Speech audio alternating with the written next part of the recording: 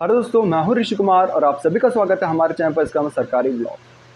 तो आज हम लोग बात करने वाले हैं एसएससी के जितने भी आपके एग्ज़ाम होने थे 2025 का। ठीक है, जितने भी आपके एग्ज़ाम शेड्यूल थे एसएससी 2025 के कैलेंडर के अनुसार, अब वो जो कैलेंडर है वो एसएससी के अंडर रिव्यू जा चुका है और नया कैलेंडर जो है वो आपका जल्दी एसएससी अपने ऑफिशियल वेबसाइट पे लॉन्च कर देगी।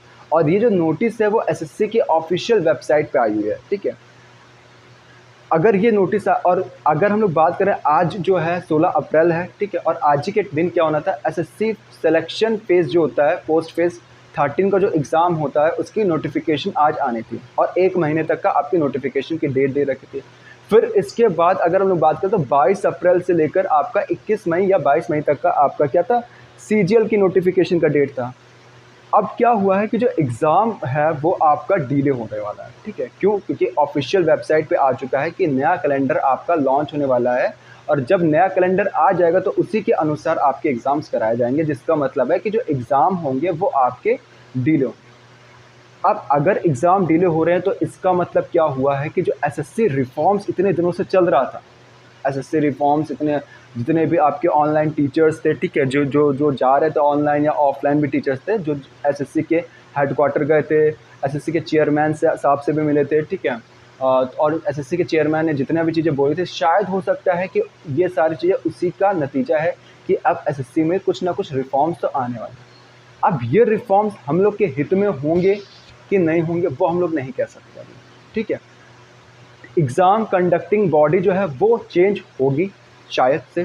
चेयरमैन ने जैसा बोला था कि जो एग्ज़ाम कंडक्टिंग बॉडी है वो आपकी चेंज हो सकती है। ठीक है, टीसीएस अब एग्ज़ाम नहीं कराएगी। अब कौन एग्ज़ाम कराएगा, अब ऐसा अनुमान देखो, डिपेंड करता है कि जिसका जो प्राइस होगा वो आपका जिसका कम होगा उसी को जो जो एसएससी है वो टेन्योर देगी अपना एग्ज़ाम कंडक्टिंग का। ठीक है, अब एडिक्विटी जो कंपनी है वो अपना प्राइस को सबसे कम रख रही है, तो इस हिसाब से जो टेन्योर मिलना चाहिए वो एडिक्विटी को मिलना चाहिए।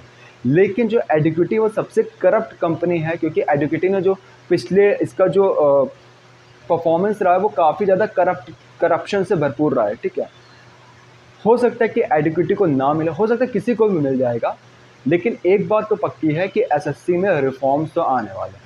ठीक है, अब ये रिफॉर्म्स हम लोग के हित में होंगे कि नहीं होंगे वो हम लोग को नहीं पता। हाँ, एक और बात कि अगर एग्ज़ाम डिले होने वाला है, कैसा भी कुछ भी होने वाला है, लेकिन हम लोग को क्या है, अपनी कंटिन्यूटी जो रखी हुई है, इतने दिनों से मेंटेन करके रखी है, वो नहीं तोड़नी है, उसको बरकरार रखना है। रिफॉर्म अपने हित में भी हो सकते हैं, अपने अगेंस्ट भी हो सकते हैं, कुछ भी हो सकता है, हम लोग नहीं जानते क्या हो सकता है। लेकिन एक बात जानते हैं कि अगर हम लोग आज मेहनत करते रहेंगे तो कभी ना कभी सक्सेसफुल तो होंगे। ठीक है, तो अपनी जो मेहनत है वो नहीं छोड़नी। अगर मान लो रिफॉर्म्स आए और अपने हित में रहे और आपने तैयारी ही नहीं करी, तैयारी बीच में छोड़ दी, तो फिर तो फिर दिक्कत वाली बात हो जाएगी। और अगर मान लो डिले जो एग्ज़ाम होने वाला है वो 10-15 दिन ही केवल डिले कराया गया, तो फिर दिक्कत वाली बात हो जाएगी। तो इसीलिए बोल रहे हैं कि जो अपनी कंटिन्यूटी है उसको बरकरार रखना है, उसको नहीं टूटने देना है। ठीक है, क्योंकि एक बार कंटिन्यूटी टूट जाती है उसको फिर से हैबिट में लाने में बड़ा टाइम लग जाता है।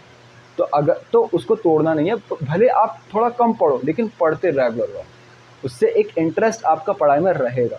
और अगर इंटरेस्ट रहेगा तो आपका मन ऑफ कोर्स पढ़ने में लगेगा और उस टाइम पे जब नोटिफिकेशन आएगा तो आप ज़्यादा पढ़ना स्टार्ट कर दोगे। लेकिन अगर एक बार पढ़ाई से मन हट गया फिर दोबारा पढ़ाई में मन लगाने में बहुत टाइम लग जाता है। और ये एज जो है हम लोग की वो ओवर थिंकिंग से भरपूर, सब चीज़ से भरपूर है, एंग्जाइटी से भरपूर है, सब चीज़ से भरपूर होती है। क्योंकि इस एज में हम लोग को क्या होता है, कमाना होता है, और उस एज में हम लोग कमा के ना कर रहे, पढ़ाई कर रहे हैं ज़्यादातर। ठीक है, तो इसकी वजह से हम लोग के ऊपर एंग्जाइटी, स्ट्रेस सब कुछ रहता है। ठीक है, हो सकता है कि इसी एंग्जाइटी स्ट्रेस की वजह से कुछ लोग पढ़ाई छोड़ भी देते हों, कुछ लोग पढ़ाई करते रहते हों। ठीक है, हाँ, लेकिन यह है कि अपने को चाहे कुछ भी हो जाए पढ़ते रहना है। पढ़ाई करोगे आप तो एंग्जाइटी स्ट्रेस बहुत ही कम होता है। पढ़ाई अगर रेगुलर करते रहते हो, सीरियसली करते रहते हो, तो एंग्जाइटी कम होती है। तो टारगेट्स आप अचीव करते हो, टारगेट्स आप पूरे करते हो, उससे एंग्जाइटी कम होती है। ठीक है, तो बस इतने ही आज की वीडियो में हम लोग मेरे को देना था, न्यूज़ बतानी थी कि जो एसएससी में रिफॉर्म्स आने वाले हैं, ऑफिशियल नोटिस के हिसाब से एग्ज़ाम डिले होने वाले हैं, नया कैलेंडर आपका इशू होने वाला है, लेकिन और अपने को पढ़ाई बरकरार रखनी है। ठीक है, तो इस वीडियो में केवल इतना ही। आई होप आपको हमारी वीडियो पसंद आएगा। पसंद है तो प्लीज़ लाइक करेगा, सब्सक्राइब करेगा और बेल आइकन दबाना ना भूलेगा हमारी लेटेस्ट वीडियोज़ की नोटिफिकेशन को पाने के लिए। Have a good day, sayonara।